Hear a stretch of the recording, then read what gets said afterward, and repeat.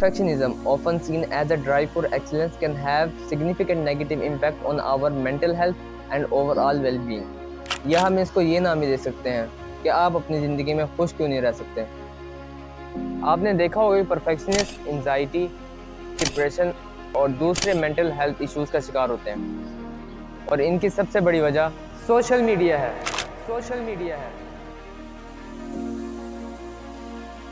आपका उन चीज़ों से अट्रैक्ट होना जो असल में एग्जिस्ट ही नहीं करती। अपनी ज़िंदगी में मेरे नाखुश होने की सबसे बड़ी वजह ये थी कि मैं अपने इर्द गिर्द ऐसे बेशुमार लोग देखता था जो बज़ाहिर मेरे से बेहतर ज़िंदगी गुजार रहे होते थे। मैं जब भी इंस्टाग्राम खोलूँ तो कोई अपनी गाड़ी दिखा रहा है, कोई अपनी प्रमोशन की खबर सुना रहा है, कोई यूके पढ़ने जा रहा है। उन सब से कोई मसला नहीं है, मसला आखिर मुझ में था कि मैं अपनी ज़िंदगी का कंपैरिजन दूसरों की ज़िंदगी से कर रहा था। ऐसा कुछ भी नहीं कि मेरी ज़िंदगी में कोई कमी है, मेरे पास खुदा का दिया सब कुछ है, लेकिन सच तो यह है कि मैं कंपैरिजन के चक्कर में अपनी ज़िंदगी एंजॉय नहीं कर सका।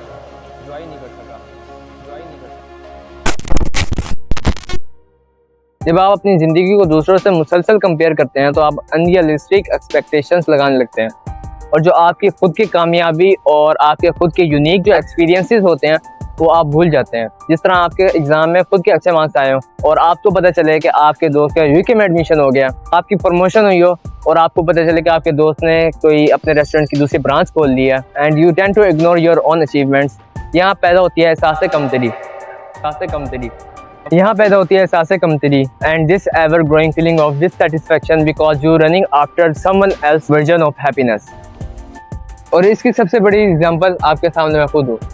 ये वीडियो बनाते हुए मैं हर छोटी से छोटी चीज़ का ख्याल रख रहा था, स्क्रिप्टिंग, लाइटिंग, एडिटिंग, किसी चीज़ पर भी कंप्रोमाइज़ नहीं होना चाहिए, हर चीज़ परफेक्ट होनी चाहिए, जिस वजह से मैं बहुत परेशान रहने लगा और हर वक्त मैं वीडियो को परफेक्ट से परफेक्ट करने के बारे में सोचता रहा। You will never believe that I have wasted my 2 months thinking about this. और इनकी सबसे बड़ी वजह अनरियलिस्टिक स्टैंडर्ड्स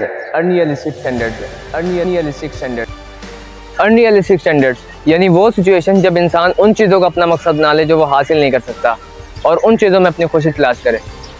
इसी वजह से आपने देखा होगा कि 90% परफेक्शनिस्ट अपनी ज़िंदगी में नाखुश नजर आते हैं। इस वीडियो का एंड हम इस एग्जांपल से कर सकते हैं कि हम एक तितली को देखते हैं जिसके पर हमें इंतहाई खूबसूरत नजर आते हैं, लेकिन वो तितली जिसके पास ये पर हैं, जिसके पास ये अचीवमेंट्स हैं, वो इस चीज़ का एहसास नहीं कर पाती, इस अचीवमेंट की उसके अंदर खुशी नहीं होती क्योंकि वो चीज़ उसके पास होती है। इसी तरह जो चीज़ें हमारे पास हैं, जो चीज़ हम रखते हैं, उनकी जो अचीवमेंट्स, जो उनकी खुशी है, वो हम लोग खुशी को मना नहीं सकते परफेक्शनिज्म की वजह से कि हम उस चीज़ को परफेक्ट करने के चक्करों में लगे रहते हैं और अपनी सारी ज़िंदगी बगैर एंजॉय किए गुजार देते हैं।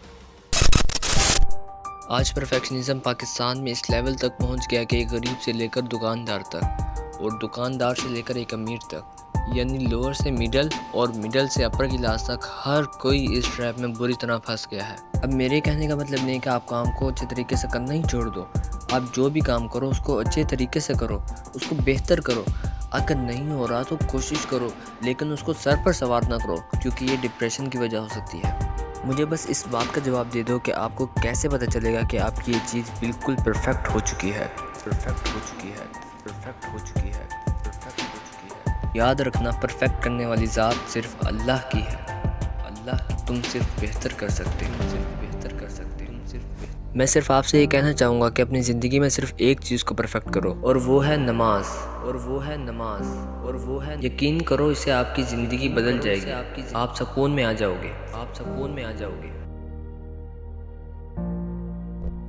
इस टॉपिक पर बात करना मेरे लिए बहुत ज़रूरी था और आप लोग भी कमेंट सेक्शन में मुझे अपने कुछ ऐसे वाक़यात के बारे में बताएं जिनमें आपने अपनी ज़िंदगी को दूसरों के साथ कंपेयर किया हो, ताकि हम इन वाक़यात पर रोशनी डालकर आवाम के लिए आगाही के मौके पैदा कर सकें और कोई भी ऐसा शख्स जो इन मसाइल में है वो इन मसाइल से छुटकारा पा सके।